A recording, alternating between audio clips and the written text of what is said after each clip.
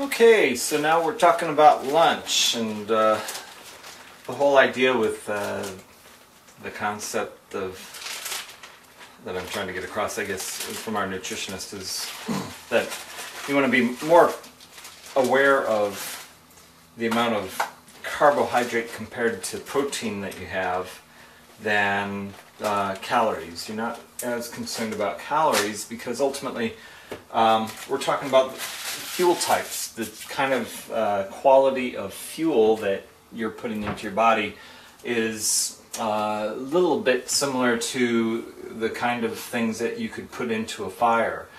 In a fire you could put paper, which will burn very fast, and it'll burn bright and hot, but it won't last long at all. So I would think of carbohydrates in that term.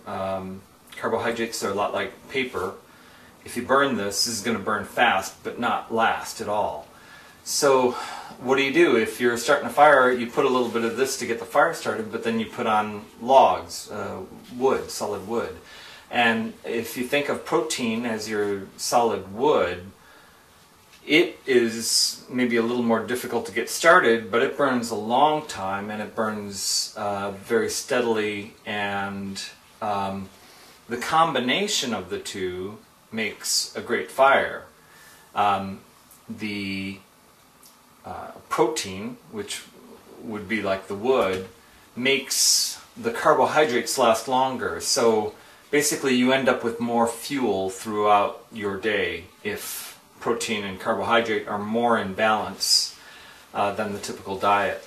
So what you want to do, you don't necessarily have to be 50-50 at all. If you're pretty athletic and you're trying to gain muscle mass, 50-50 is probably pretty good, you know, 50% protein to 50% carbohydrates. Of course, you don't want fats, or you want as little bit of fat as you can get in your diet, and of those fats you want them to be the good kind, not the saturated fat. And sugar you want to pretty much leave out altogether, and that includes fruit juices, which we use the apple juice for breakfast, but in general you don't want to have too much fruit juice. If it's something that you go to regularly, it can be counterproductive, just like having sodas. So anyway, I'm just doing kind of a typical lunch here. I have these wraps from Joe's, these brown rice wraps, these brown rice tortillas from Trader Joe's, which are great because you can use that as the bulk of your carbohydrate for your lunch and avoid bread. That's something else you want to avoid if you can, breads as much as you can. And if you have breads at all, you want to lean toward the whole grain and darker breads, and not white bread. But anyway, the brown rice is a great overall complex carbohydrate. Yams are good too. Potatoes are not as good. They're heavy. They're kind of a heavy starch without a lot of nutrients. But this is real easy to just put on the stovetop and toss from side to side until you get it toasted a little bit. And then today I've got a turkey patty that I made last night. There's like no fat in that, luckily. It's from Trader Joe's, and there's less than a gram of fat per serving. And this is about 5 ounces of meat here. So I have this, which is, I think the package says 24 grams of carbohydrate.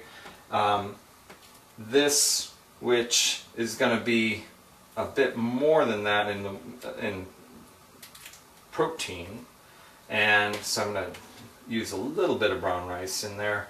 And then we cut up vegetables. These are peppers, and Trader Joe's has these Persian cucumbers, but cucumbers are great. Cucumbers are great to have around anyway, because for your midday snacks, you can just grab a cucumber and chomp on that. Fruits are okay, but you know they're more simple sugar. There's a lot more sugar in it in general, so you want to kind of be careful of having too much whole fruit. Again, not that you shouldn't have it, but vegetables are good, and you should probably have close to a cup twice a day with, you know, so with 2 meals, and then with your in-between snacks. That's great too. So anyway, I can toss I've got my turkey patty, or you know, you can use sliced turkey or sliced chicken, those kinds of things, low-fat meat or no-fat meat, and put it in there. You can put some barbecue sauce or soy sauce or whatever works for you, and heat it up in the microwave for a minute, and you're set to go for lunch. And you know, another thing that we end up eating a lot is egg whites, because if you need the protein but you don't want to eat so much heavy meat, egg whites have lots of protein. They have no fat, and there's no cholesterol in egg whites, so you don't have to be afraid of that. So if I was having a different kind of lunch, I'd scramble you know, some onions, some peppers, and probably between 4 and 6 egg whites for me, and scramble that with some brown rice and maybe some other vegetables. The thing is, you want to balance the protein with the carbohydrate. Like I say, you want to play around with it for yourself a bit, because if you're not a weightlifter or if you're not physically real active, you probably won't need as much protein as we're having. So your balance of protein might be more like 1/4 compared to 3/4 carbohydrate.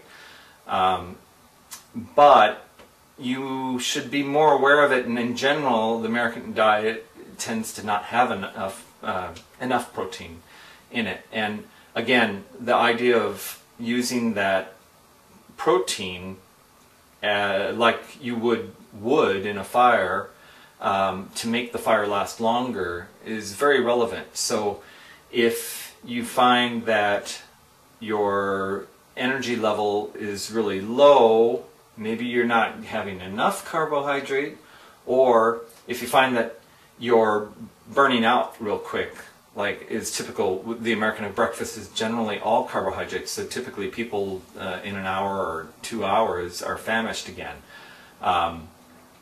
So you want to play around with the percentages, but just try to be more aware of how much protein you're having compared to carbohydrate. And I think you'll find that you don't have to go hungry, but it makes life better, because it's so much easier to control your weight and everything. That's it for now.